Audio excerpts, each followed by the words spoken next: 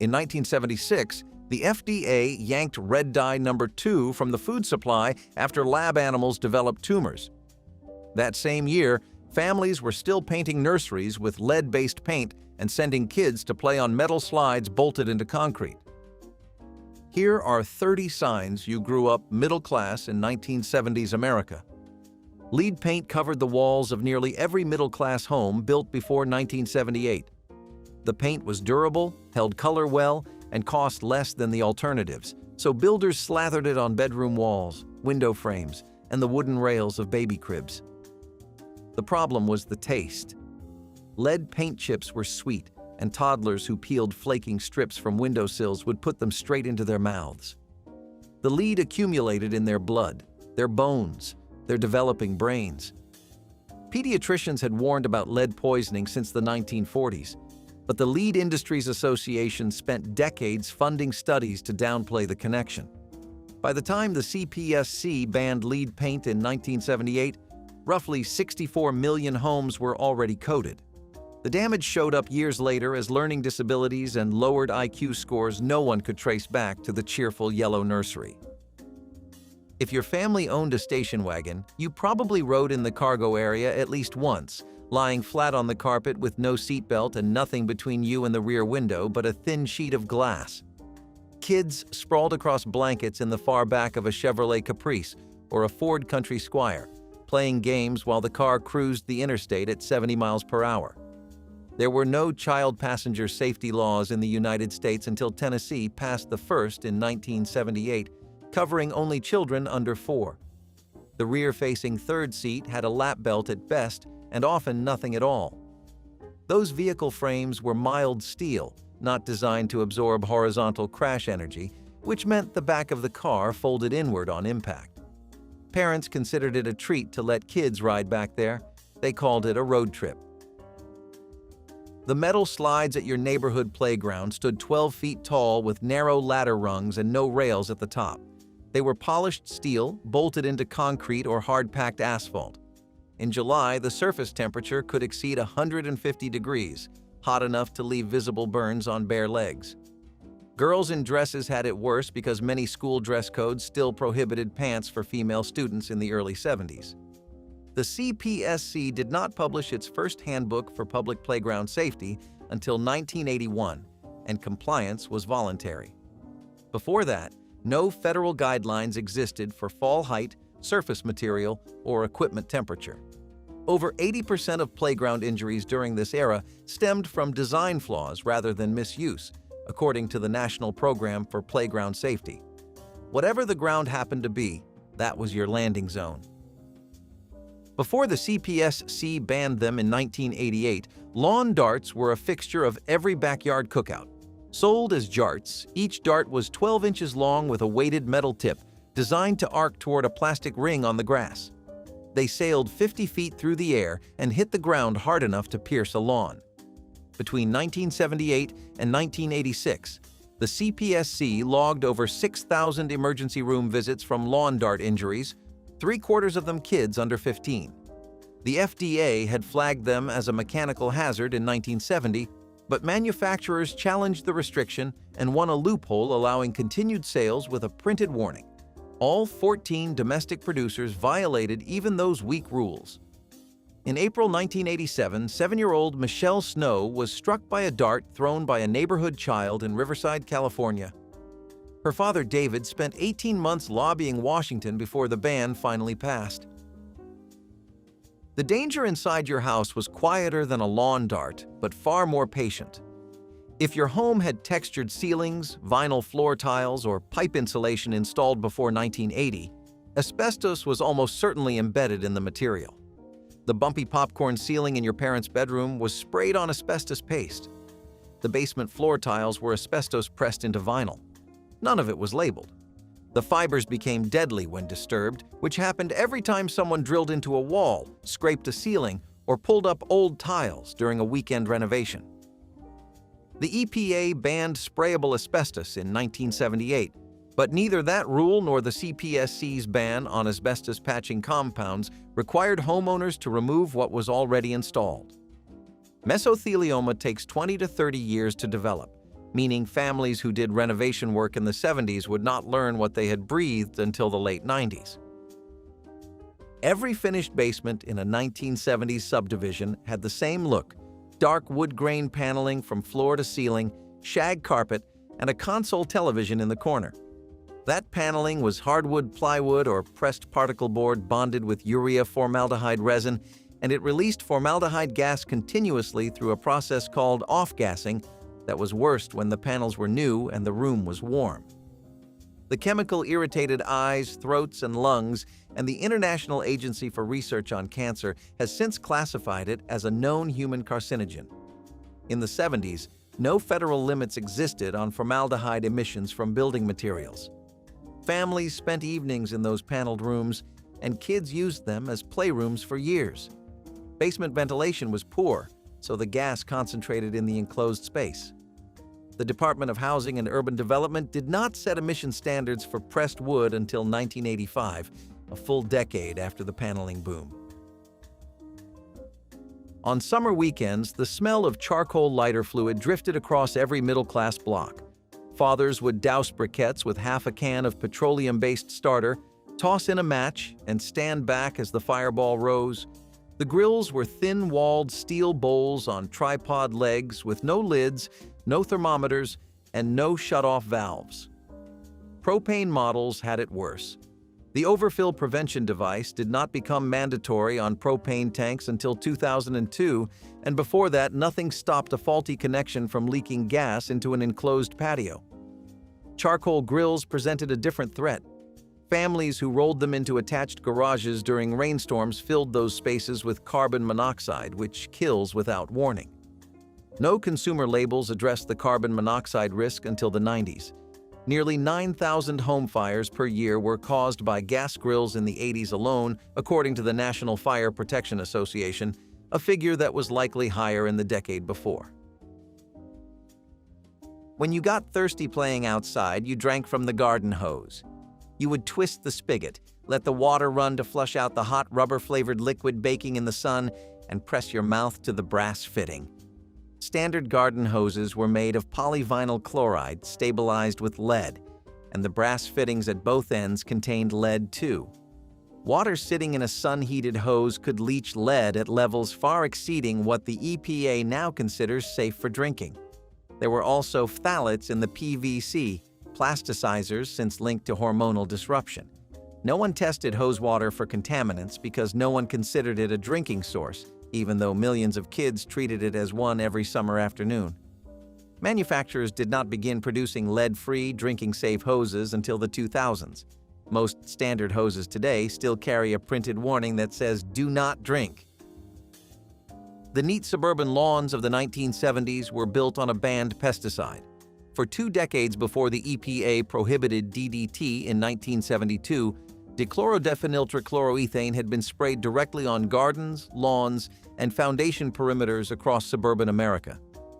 Rachel Carson's 1962 book Silent Spring exposed its devastation of bird populations and accumulation in the food chain, but the chemical industry fought the findings for a full decade.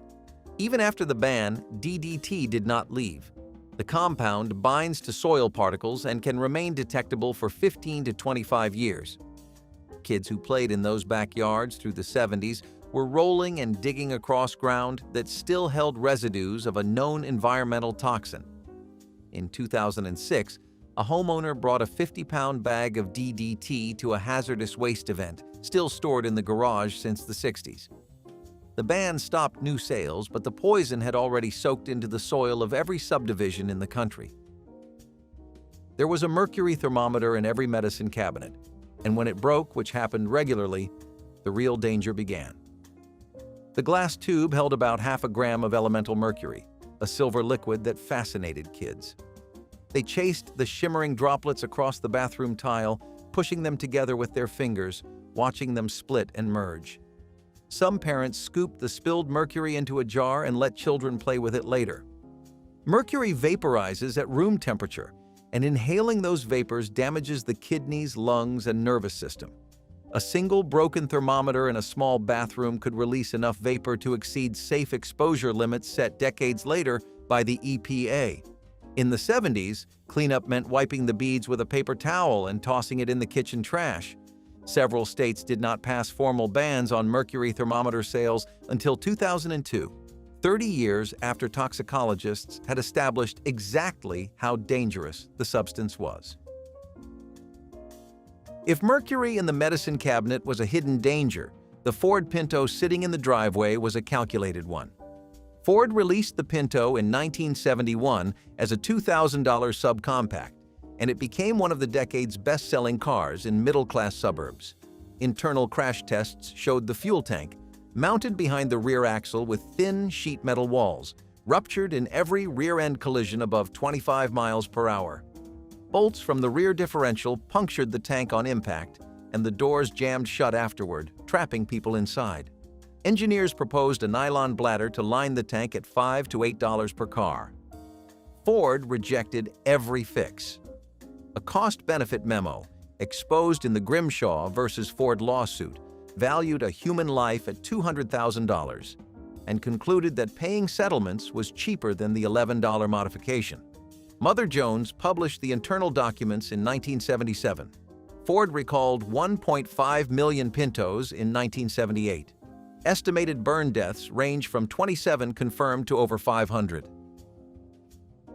Tab soda was the diet drink of the decade, a pink-canned fixture in middle-class refrigerators, and every can carried a government cancer warning on its label. The sweetener was saccharin, 300 times sweeter than sugar, with a metallic aftertaste that somehow became addictive. Studies in the early 70s linked saccharin to bladder tumors in rats, and in 1977, Congress passed the Saccharin Study and Labeling Act, requiring every product with the sweetener to warn consumers it had caused cancer in laboratory animals. That notice stayed on tab cans and Sweet and Low packets for 23 years. In 2000, the National Toxicology Program finally removed saccharin from its carcinogen list after determining the rat mechanism did not apply to humans. For over 2 decades, millions of Americans drank something their own government said might cause cancer, and never stopped ordering another round. In February 1976, the FDA banned red dye number 2, the most common food coloring in the country. It was in soft drinks, ice cream, candy, baked goods, and pet food. Soviet researchers had linked the dye to tumors and reproductive problems in animals. American scientists could not replicate those findings, but the FDA concluded the dye could not be proven safe either.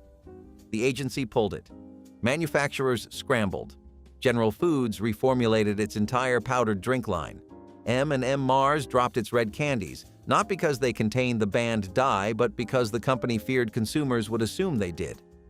Red M&Ms vanished for 11 years, not returning until 1987. The dye was never proven to cause cancer in humans. It was banned on a precaution, one of the few times the government chose caution over corporate convenience. Cyclamate was a calorie-free sweetener 30 times sweeter than sugar, mixed into diet sodas, canned fruit, and children's vitamins. By the late 60s, Americans were consuming over 17 million pounds per year. Then a study funded by the patent holder, Abbott Laboratories, showed cyclamate caused bladder tumors in rats. The FDA invoked the Delaney Clause, which required an automatic ban on any additive shown to cause cancer in animals, and pulled cyclamate on October 18, 1969, giving manufacturers weeks to comply. Products vanished from shelves overnight. Diet Right Cola lost its sweetener. Sugar-free gelatin brands scrambled for substitutes. It was the first time the Delaney Clause had been enforced against a widely used additive. Over 50 countries still permit cyclamate today, but the FDA has never reversed the ban. The United States remains one of the only nations where it is still illegal more than 50 years later. If the government could ban a sweetener overnight, it somehow failed to stop toy companies from selling radioactive material to children. The Gilbert U-238 Atomic Energy Lab, sold in 1950 and 51, came with 4 types of uranium ore, a cloud chamber, a Geiger counter, and a 60-page manual written by a nuclear physicist. It cost $49.50 and targeted kids 10 and up. Even after that kit was discontinued, chemistry sets throughout the 70s included potassium permanganate, sodium ferrocyanide, sulfuric acid, and ammonium nitrate, chemicals capable of producing burns and toxic gas if mixed incorrectly. No child safety caps, no dilution requirements, no federal oversight. Meaningful restrictions on chemistry set contents did not arrive until the CPSC finally reviewed them in the late 70s and early 80s. Your parents opened the front door after breakfast, told you to be home by dark, and did not see you again for 10 hours. That was parenting in the 1970s. Kids roamed on bicycles with no helmets, built forts in construction sites where nails jutted from scrap lumber, swam in quarry pits with no lifeguards, and crossed 4-lane roads to reach the candy store on foot. No cell phones, no GPS trackers, no organized playdates. A 7-year-old walking 2 miles to a friend's house was not an emergency. It was Tuesday. If you got hurt, you walked home, your mother cleaned it, and you went back outside. Nobody filed a report. The entire concept of supervised childhood that exists today would have been unrecognizable to a suburban parent in 1974. Free range was not a philosophy. It was the only option. The wooden deck behind your house and the playset in the backyard were almost certainly built with chromated copper arsenate lumber, pressure-treated wood soaked in chromium, copper, and arsenic to resist rot and insects. CCA wood had a greenish tint that became a signature of 70s suburban construction. The arsenic was not locked in permanently. It leached to the surface over time, leaving an invisible residue on every board and railing. Kids who played on CCA playsets and then put their hands in their mouths were ingesting inorganic arsenic, a known carcinogen. The wood industry had leaching data as early as the 70s and downplayed the risk for 30 years. The EPA did not begin its formal review until 2001. The industry voluntarily phased CCA out of residential products in 2004. Millions of treated structures installed in the 70s stayed in backyards for decades, weathering and leaching the entire time. Carbon tetrachloride was sold at hardware stores as a spot remover and degreaser, and plenty of 70s families kept a can under the kitchen sink. The liquid was clear, smelled faintly sweet, and evaporated fast, which made it effective at lifting grease from fabric and countertops. It was also a potent liver and kidney toxin.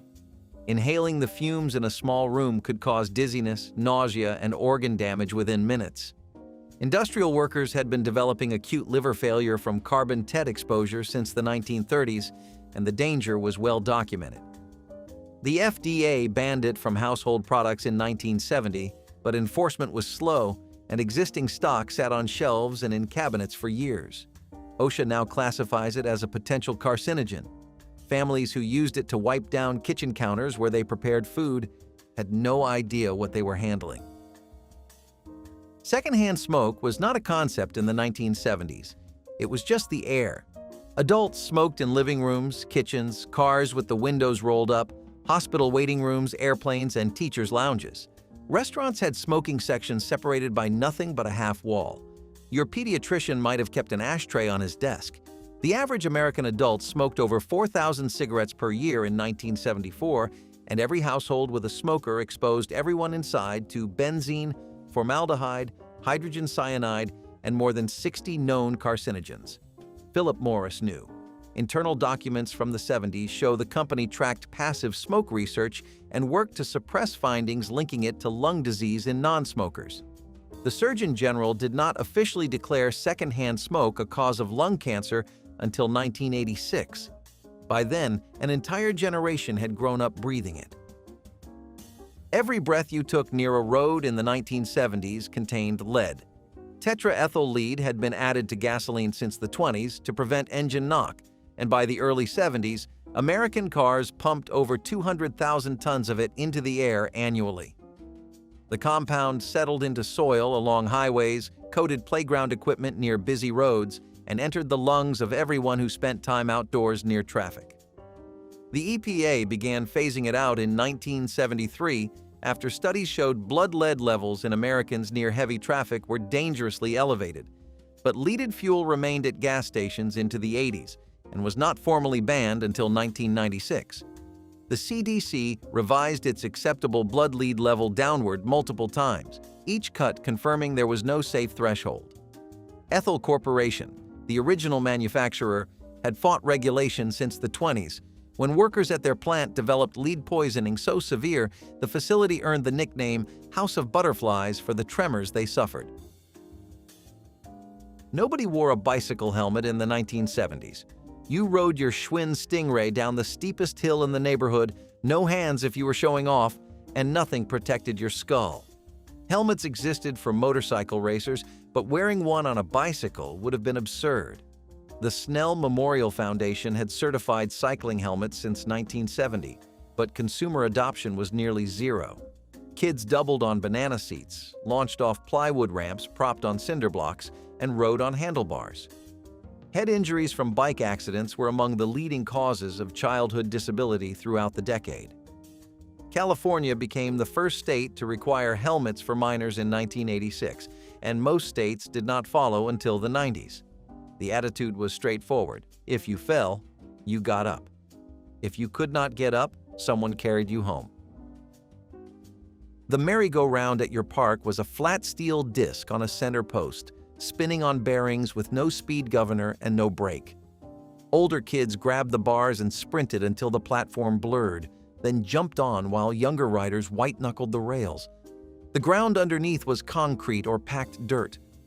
Centrifugal force pushed riders outward, and the moment a grip failed, the child was flung off at whatever speed the disc had reached.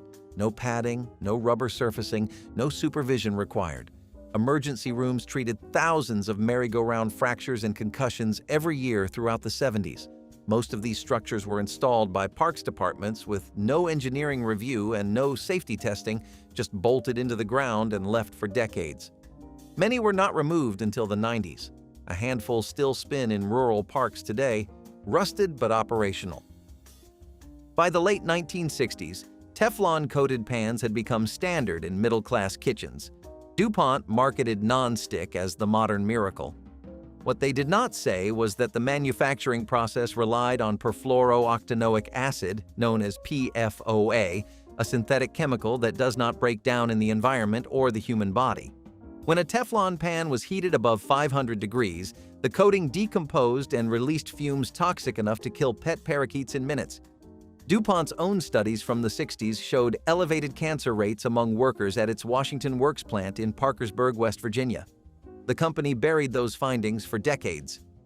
A class-action lawsuit in 2001, filed on behalf of 70,000 residents near the plant, forced disclosure of documents proving DuPont had known about local water contamination since 1984. PFOA has been detected in the blood of 98% of Americans tested. Every summer, teenagers and young mothers spread towels on suburban lawns, slathered on Johnson's baby oil, and aimed aluminum foil reflectors at their faces to concentrate the ultraviolet radiation. Baby oil contained zero sun protection. It was a moisturizer used as a tanning accelerant. Sunscreen existed, but was marketed for burn prevention, not cancer prevention, and most products had negligible SPF. Dermatologists had linked sun exposure to melanoma as early as the 1950s, but the tanning industry had no reason to amplify that message. The cultural pressure was enormous, reinforced by magazines and the assumption that brown skin meant health. There was no public understanding of UV-related DNA damage in the 70s. Skin cancer rates have climbed steadily ever since, and the generation that baked through the decade now carries a disproportionate share of melanoma diagnoses decades later. The toy your parents bought at the Five and Dime could shatter and send acrylic shrapnel across the room. Clackers were two heavy balls on a string with a ring at the center, swung in a rapid up and down rhythm until they clacked overhead and below. The balls were hard acrylic, and when they collided with enough force, they cracked or exploded into sharp fragments. The CPSC received reports of eye injuries and lacerations throughout the early 70s. Some school districts banned clackers before the government acted. Manufacturers eventually switched to softer plastic, but the original versions had sold millions of units. A full recall was never issued. The CPSC pressured manufacturers to stop production in 1976, but every set already in a toy box or bedroom drawer stayed right where it was. For 2 decades, American hospitals bathed newborns in Piso-Hex, a soap containing 3% hexachlorophene, an antibacterial absorbed directly through infant skin. It worked against staph infections, so it became routine in maternity wards nationwide. In 1972, 36 babies died in France, and over 200 suffered brain damage after exposure to a powder contaminated with the chemical at high concentrations. The FDA responded by restricting hexachlorophene to prescription-only use. Studies had already shown the compound crossed the blood-brain barrier in newborns and caused brain tissue degeneration in lab animals. Hospitals had been applying it to premature infants with undeveloped skin barriers for years. The restriction came only after the French disaster made headlines. Before that, the soap sat in every hospital nursery in the country, used on the most vulnerable patients without a single question asked. When microwave ovens entered middle-class kitchens in the early 70s, they were expensive, bulky, and poorly shielded. Early consumer models from Amana and Lipton had door seals far less sophisticated than modern designs. Consumer Reports tested them throughout the decade and found models emitting radiation above the federal limit of 5 milliwatts per square centimeter. The Bureau of Radiological Health, which set those standards in 1971, acknowledged that seals degraded with use, meaning an oven safe when new could leak increasingly over time. Families stood inches from the door, and kids pressed their faces to the glass watching food rotate. The industry improved shielding through the 80s, but the early models stayed in kitchens for a decade or more without recall or retrofit. The crib your parents laid you in might have been the most dangerous furniture in the house. Before the CPSC issued its first standard in 1973, no federal rules governed slat spacing, mattress fit, or hardware strength. Cribs with slats wider than 3 3/8 inches let infants push their bodies through, but not their heads, creating a strangulation trap. Dropside models, the most popular design, had latches that wore down and allowed the rail to detach, forming a gap where a baby could roll and suffocate. Between the initial standard and 2011, the CPSC linked dropside cribs to at least 32 infant deaths. The 1973 rule was weak and barely enforced. Families using hand-me-down cribs were often relying on models that predated any regulation whatsoever. Dropside cribs were not banned entirely until 2011. Diazinon was the most popular household insecticide in America for 30 years, and families sprayed it inside the house without hesitation. Sold under names like Spectracide, you could buy it at any hardware store and apply it along kitchen baseboards, around door frames, and across countertops. The active ingredient was an organophosphate, the same chemical class developed as nerve agents in the 1930s. It works by shutting down acetylcholinesterase, an enzyme critical to nerve function. Exposure symptoms include headaches, nausea, and in severe cases, seizures and respiratory failure. The EPA banned indoor use in 2000 and phased out lawn applications by 2004. Before that, kids crawled across treated floors, pets slept on saturated carpets, and the label's only concession was a line that said, "Keep out of reach of children," while the residue coated every surface they touched. Vinyl was the material of the decade, pressed into flooring, stretched over furniture, glued onto walls, and molded into toys, lunchboxes, and car interiors. That new car smell everyone loved was vinyl chloride and phthalate plasticizers, off-gassing from the dashboard and seats.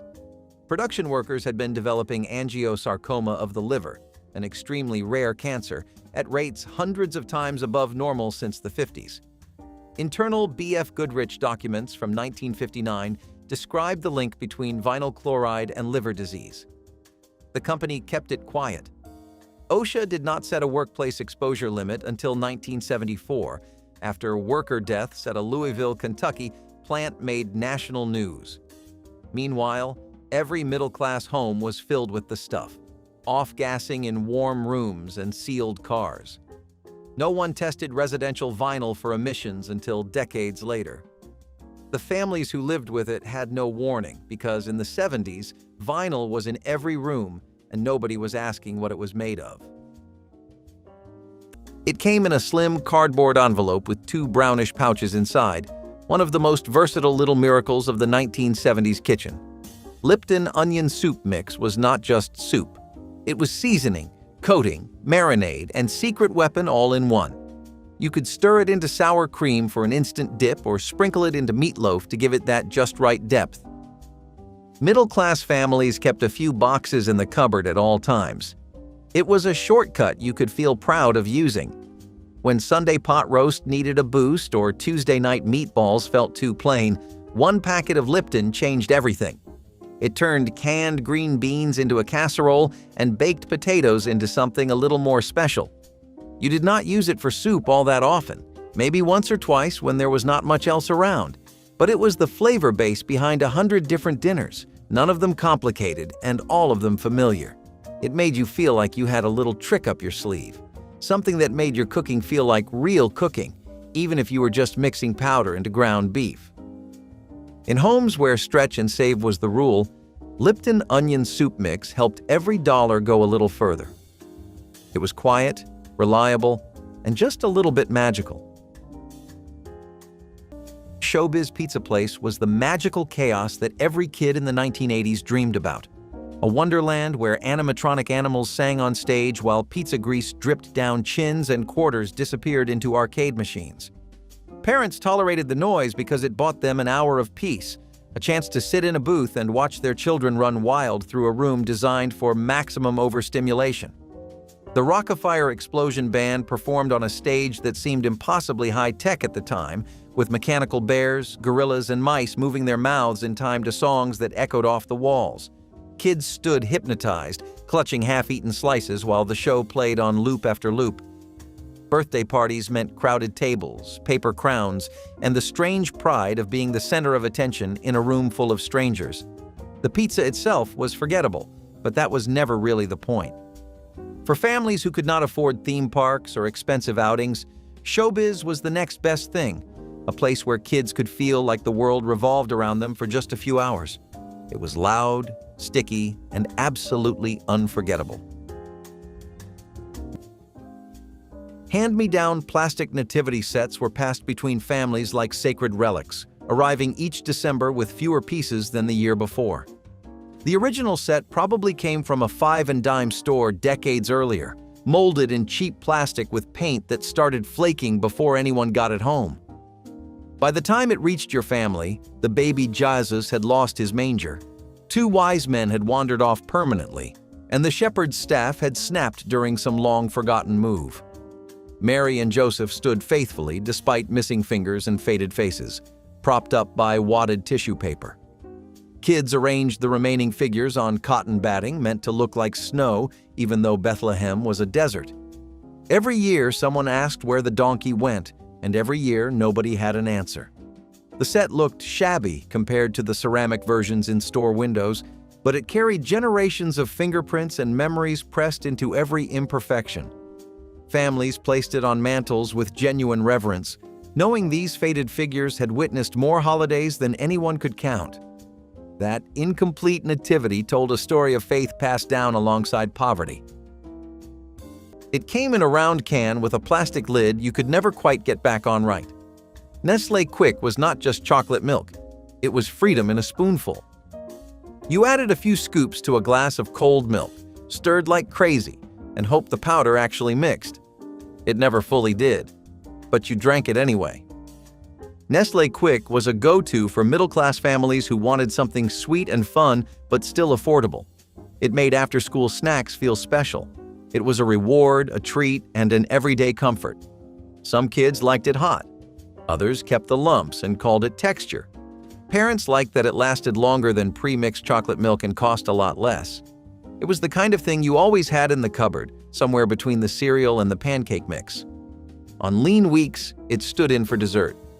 On better weeks, it was just part of the routine. You could measure it by eye, by instinct, by memory. It did not need a recipe. Just a spoon and some milk, and you had something close enough to joy to count. Nestle Quik was simple, sweet, and never tried to be anything more than what it was. That is why we loved it. Bonanza Steakhouse promised all you can eat and meant every word of it, which made it a sanctuary for families who rarely got to eat without counting bites or measuring portions. The salad bar alone could fill a plate 3 times over with shredded cheese, sunflower seeds, pickled beets, and enough ranch dressing to drown a small boat. Parents ordered sirloin tips or chopped steak, knowing the real value was in the trips back to the buffet, piling high the mashed potatoes and warm dinner rolls that stretched the meal into something truly filling. Kids discovered the joy of soft-serve ice cream dispensers, learning to swirl chocolate and vanilla together until the bowl overflowed onto the tray below. The dining room was always louder than expected, full of families laughing, babies fussing, and the constant clatter of plates being cleared and reset by tired but friendly staff. Nobody dressed up for Bonanza because nobody needed to, and that casual atmosphere made even the tightest budget feel generous. For families who measured groceries carefully every single week, Bonanza was a rare chance to eat freely, to forget the math for one evening, and just enjoy the feeling of being completely full.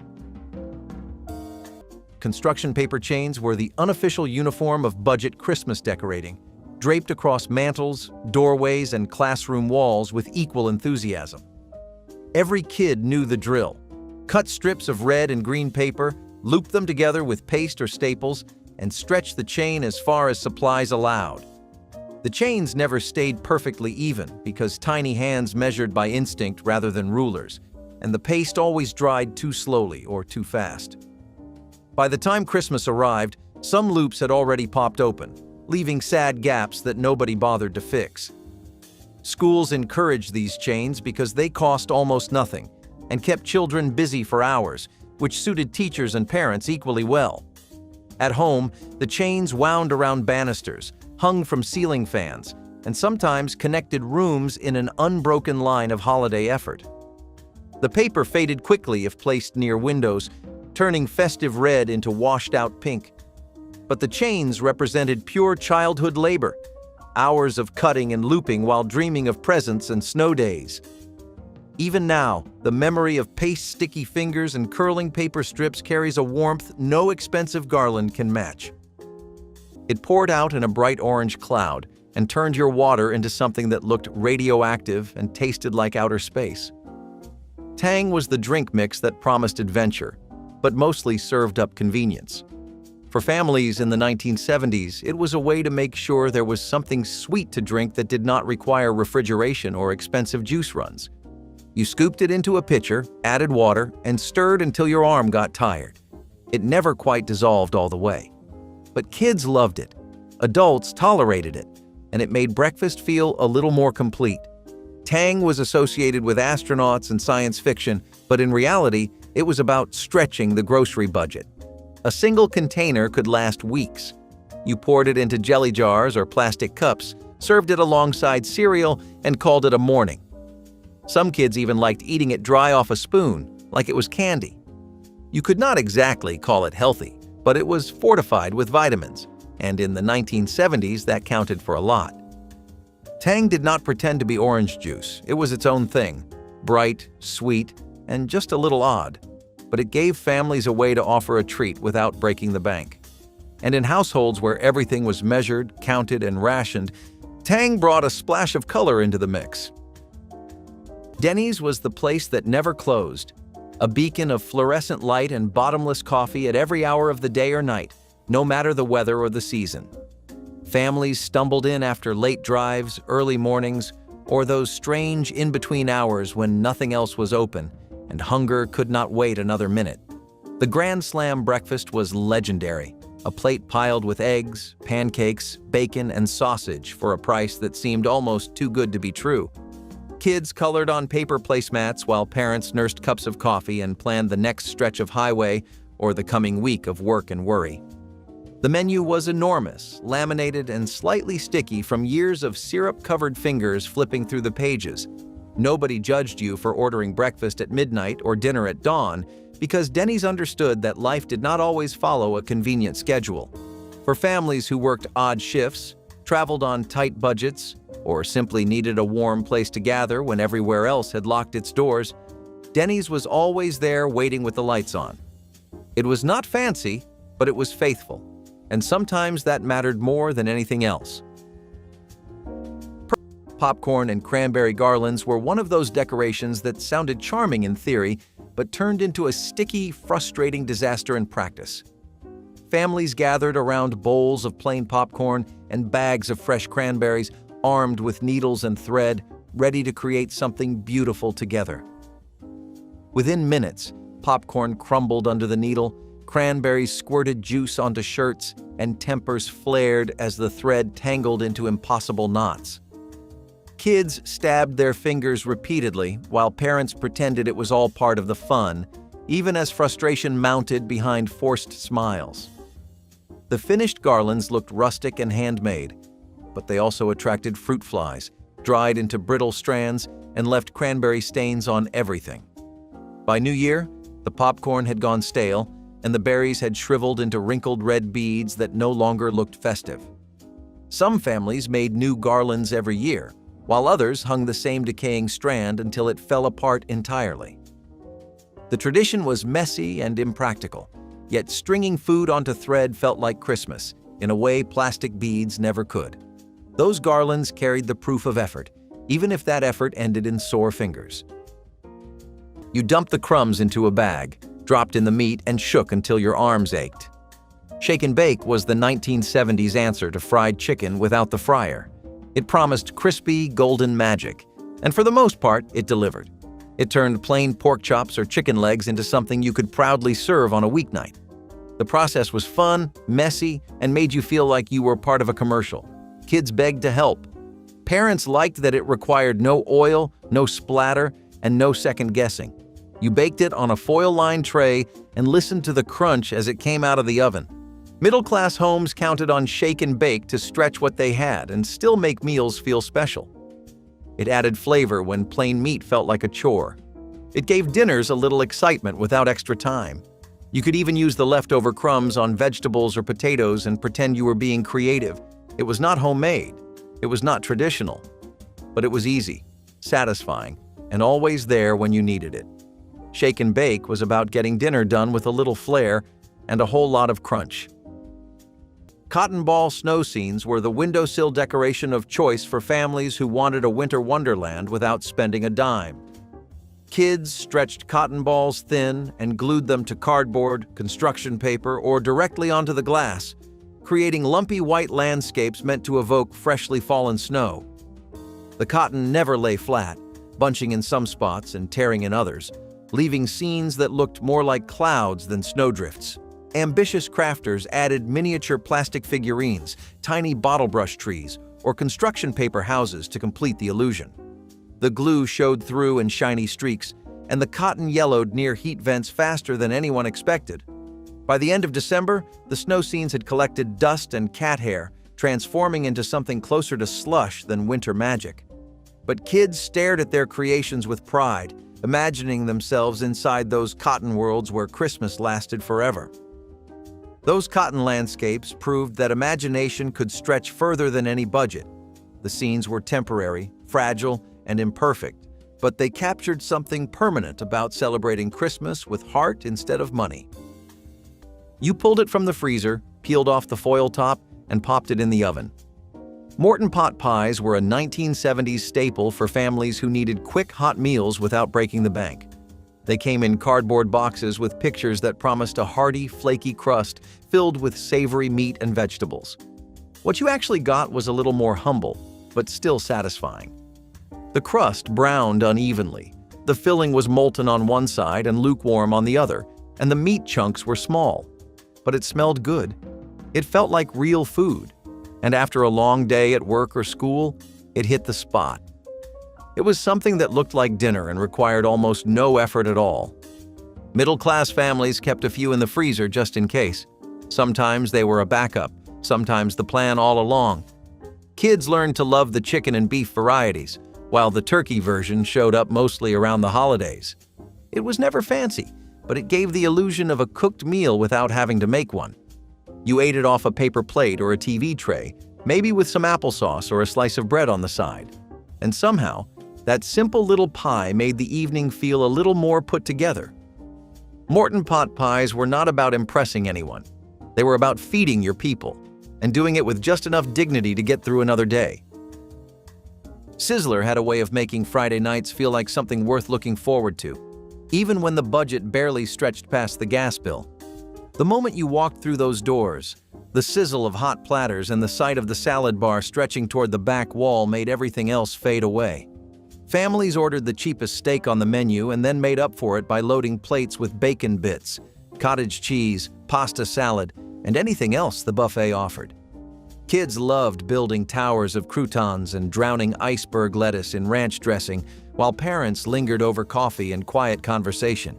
There was a pride in feeding everyone well, even if the wallets were thin, and Sizzler understood that without ever saying a word. The booths were vinyl, the lighting a little too bright, and the carpet carried the faint memory of 1,000 spilled sodas. But none of that mattered when the whole family sat together, sharing a meal that felt generous even when it was carefully calculated. Sizzler gave people permission to enjoy themselves, and that was worth more than any fancy steakhouse ever could. Homemade salt dough ornaments were the crafty solution for families who could not afford store-bought decorations, and every batch told a story of love mixed with frustration. The recipe was simple enough, just flour, salt, and water, but getting the shapes to look like actual stars or angels required patience most kids did not have. Little fingers pressed too hard, rolled too thin, or forgot to poke the hole for the ribbon before baking. When they finally came out of the oven, the ornaments were lumpy, cracked, and slightly burned on the edges, yet parents hung them with pride anyway. Over the years, the dough absorbed moisture and started to crumble, leaving dusty trails beneath the tree like evidence of Christmases slowly falling apart. Some families painted them with whatever craft supplies they had, usually watercolors that bled or poster paint that chipped. Kids loved making them because it felt like contributing something real to the holiday, even if the results looked more like abstract art than traditional decor.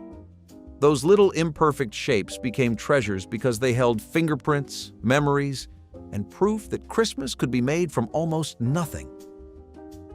You could hear it before you even opened the can, the soft slosh of broth and noodles waiting inside. Campbell's chicken noodle soup was more than just a meal in the 1970s. It was a middle-class safety net. The red and white label was as familiar as the kitchen it lived in. When someone was sick, tired, or just needed something warm without fuss, this was what got pulled from the shelf. The soup itself was thin but comforting. Soft noodles, a few stringy pieces of chicken, and a broth that somehow always smelled better than it tasted. But it worked. You poured it into a saucepan, watched it bubble to life, and served it with saltines or white bread with margarine. It was the kind of meal you could make while helping with homework or folding laundry. Campbell's was dependable in a decade where families juggled rising prices and long work hours. It made you feel cared for even when no one had time to cook. A can of this soup sat in nearly every pantry, and everyone had a story of eating it while curled up on the couch with a blanket and a TV tray. It was not exciting, but it was part of the rhythm of ordinary life. And sometimes, that was exactly what you needed. Just a little warmth in a bowl to get you through the night. Shoney's was Sunday morning wrapped in vinyl booths and the smell of bacon grease, a place where families could gather after church or before a long drive and eat until nobody could move.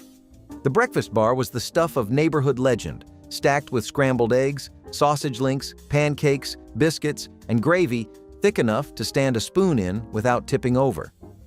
Kids loved the strawberry topping station and the waffle irons that hissed and steamed when the batter hit the hot surface. Parents appreciated the coffee that kept coming without anyone asking for a refill, cup after cup until the morning felt manageable again. There was a rhythm to Shoney's that made everyone feel at home. A simplicity that never tried to be anything more than exactly what it was. The big boy statue out front greeted every family like an old friend, his checkered overalls and burger held high in frozen celebration. Poor families did not have to pretend at Shoney's because everyone there understood what it meant to stretch $1 until it screamed. It was the kind of place where a full stomach mattered more than appearances, and that honesty made every visit feel like a small victory against the weak. Single-strand bubble lights were the prized heirloom of budget Christmas trees, passed down through generations with half the bulbs already burned out.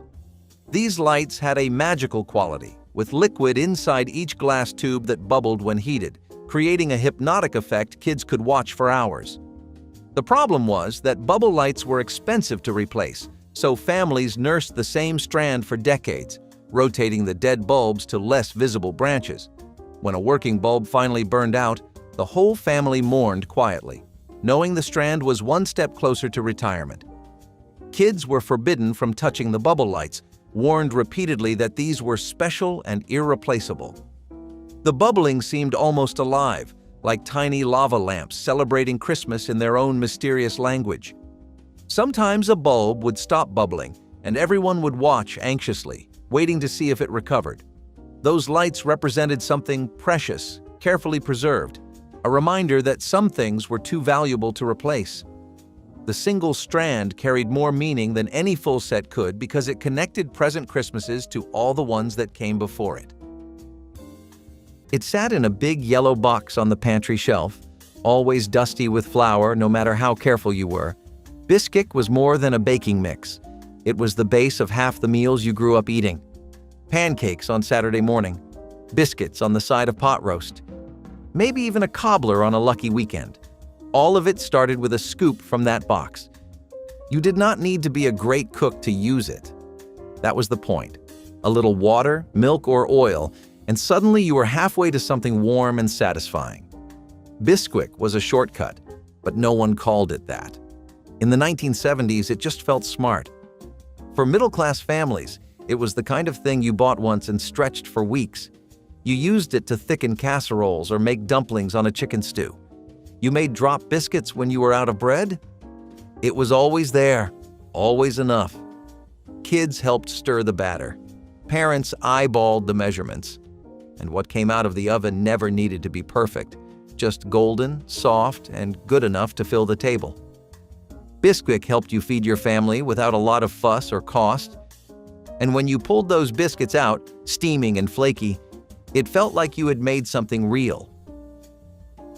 Howard Johnson's was the orange-roofed promise that appeared along every highway, a signal to tired families that rest, food, and clean bathrooms waited just off the next exit. The restaurants were famous for their 28 flavors of ice cream, a number that seemed impossibly exotic to kids who usually only saw vanilla and chocolate at home. Parents ordered fried clam strips or simple burgers, trusting the familiar menu that never changed no matter which state they passed through. The consistency was the comfort, knowing that the mashed potatoes in Florida would taste exactly like the mashed potatoes in Ohio. Families on road trips stopped at Howard Johnson's the way sailors once looked for lighthouses, trusting the brand to deliver exactly what it promised. The booths were wide enough for restless kids to sprawl out, and the waitresses had perfected the art of keeping coffee cups full without interrupting conversation. For poor families driving toward relatives or new jobs, Howard Johnson's was a small luxury that made long journeys bearable.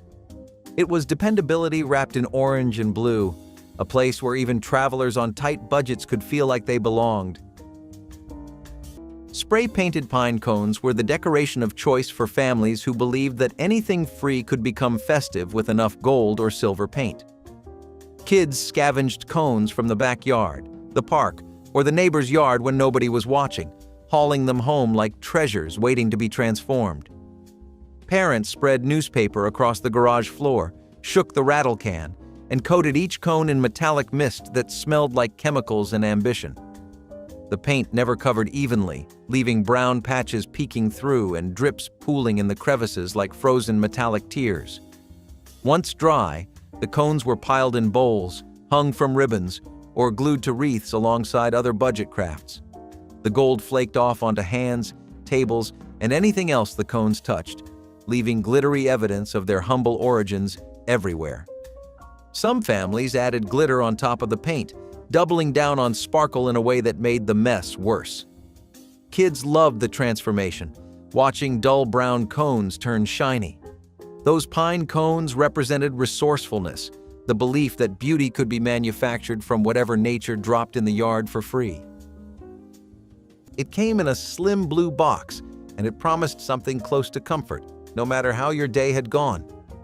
Kraft macaroni and cheese was the kind of dinner you could count on when time was short, money was tight, and everyone just needed something hot on the table. You boiled the noodles, drained them, and stirred in that tiny envelope of neon orange powder like it was a sacred ritual. The smell hit you first, salty, cheesy, unmistakable. And just like that, dinner was ready. For middle-class families in the 1970s, Kraft macaroni and cheese was not a luxury, and it was not a struggle. It was right in that dependable middle. It lived in the pantry next to the cans of soup and the bags of rice, ready for whatever kind of day the week had handed out. Some parents added sliced hot dogs to stretch it. Others mixed in a little real cheese if they were feeling fancy. But most of the time, it was eaten just as it came, bright, creamy, and comforting in a way only boxed food could be. It was a kid's favorite, a babysitter's go-to, and a weeknight staple that felt like less of a compromise than it should have. It reminded people that you did not need a lot to feed your family well. You just needed something you could trust. And in the 1970s, Kraft macaroni and cheese was exactly that. Perkins was the kind of restaurant where time seemed to slow down, where families could linger over stacks of pancakes and endless coffee without anyone rushing them toward the door. The syrup came in those little metal pitchers that stayed warm, and kids loved watching the golden streams pool across butter-soaked cakes. Parents appreciated the senior discounts, the kids' menu shaped like a fun activity sheet, and the waitresses who remembered your order after just a few visits. The pies spinning slowly in the glass case by the register were works of art, towering with meringue or layered with fruit that glistened under the lights. Many families made Perkins their Sunday tradition, a place to gather after church or before visiting relatives. The booths were comfortable enough to sink into, and the background noise of clinking dishes and quiet conversation created a rhythm that felt like home. For families counting pennies, Perkins offered a chance to slow down and enjoy each other without watching the clock. It was affordable comfort wrapped in checkered tablecloths and the smell of fresh coffee brewing. Came in a stiff box with a plastic pouch inside, flakes that barely looked like food but turned into mashed potatoes the minute they hit boiling water. Borden's instant mashed potatoes were a middle-class miracle in the 1970s, quick, cheap, and just convincing enough to feel like the real thing. You stirred and stirred until the lumps disappeared, added a pat of margarine or maybe some milk if you had it, and suddenly you had a side dish. Not glamorous, not fresh, but warm, filling, and ready in minutes. They sat next to meatloaf, chicken, or even just canned beans when times were tight. These potatoes were about ease. They were about showing up at the dinner table with something hot, even when your day had left you too tired to peel anything. They stored forever and made a lot with very little. Parents depended on them. Kids smothered them in gravy or ketchup and never asked questions. Borden's instant mashed potatoes were the definition of good enough. They gave you comfort without cost. They filled the plate and quieted the room. And they proved that sometimes what you needed most was not fancy. It was fast, reliable, and just familiar enough to pass. Chi-Chi's brought Mexican food to strip malls across America and made it feel like a party every single time. Families walked in to the sound of sizzling fajitas being carried overhead and the sight of oversized sombreros decorating every wall. Parents ordered combination plates piled with rice, beans, enchiladas, and tacos, knowing the portions were big enough to feed kids from the leftovers if needed. The chips and salsa arrived before anyone even opened a menu, and kids crunched through basket after basket while parents sipped margaritas or sweet tea. Birthdays meant the whole staff gathering around to sing while someone wore a sombrero and blushed through the attention. The fried ice cream at the end of the meal was the real treasure, a crispy shell of sweetness that made every visit feel complete. For families who could not afford vacations, Chi-Chi's was the closest thing to an escape, a place where bright colors, loud music, and generous portions made everyone feel like guests at a fiesta.